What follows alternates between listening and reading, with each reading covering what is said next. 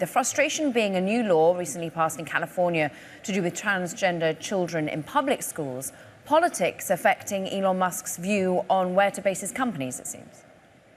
Yeah, absolutely. And I think this is, a progression that we've seen for the last couple of years, but especially just the last couple of weeks, right? I mean, he has now come out publicly in support of former President Donald Trump in the upcoming election. He's donating to his campaign.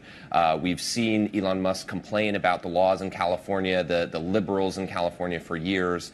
And so, while it feels like a bit of a reactive decision, right, to see this new law and suddenly say we're going to move these companies out of the state, I think this has been a long time coming, and anyone who's followed Elon closely could see that this was building and building. Max, I think it's really important that the four of us talk about the technology and company impact this is going to have. SpaceX is critically important as a leader in commercial space.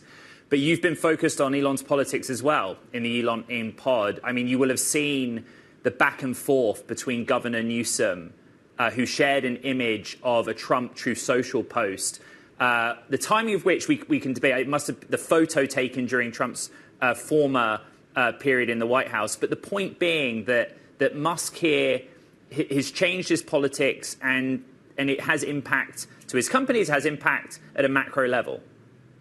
Yeah, I mean, Elon Musk identifying himself as a supporter of the former president and also likely a major donor, maybe the biggest donor. He's definitely in the middle of this debate, and we're seeing Gavin Newsom effectively as a surrogate for the Biden administration, doing what you would expect from a surrogate, which is to sort of point out the obvious apparent hypocrisy of being at one point opposed to former president and now being an enthusiastic supporter. And as Kurt said, long time coming. Elon Musk himself already lives in Texas, so it's not hugely surprising that he's doing this. It does have the feel of a political stunt more than anything.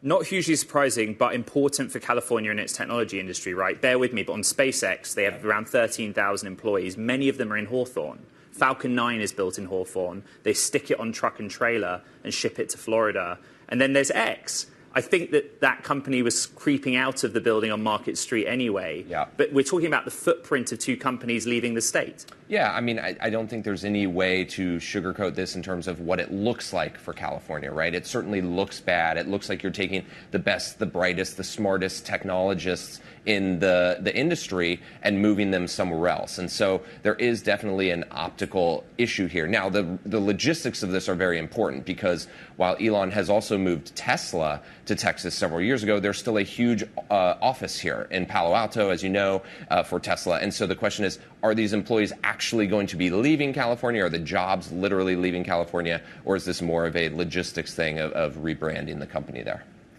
Now, Max, ultimately, this is quite a personal issue for Elon Musk, this current new law coming in California. One of his eldest children, as was cited in the story, went to court the day after they turned 18 in 2022 and changed their names, citing gender identity and the fact that they no longer live or wish to be related to my biological father in any way, shape or form.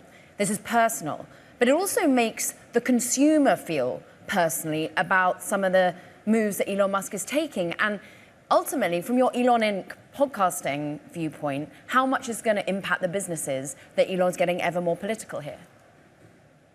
Well, I don't think this particular move is going to have a huge impact either on the way consumers feel about, Elon Musk or about, even the way that his employees feel. I mean, as Kurt says, it's not clear many are even going to have to move.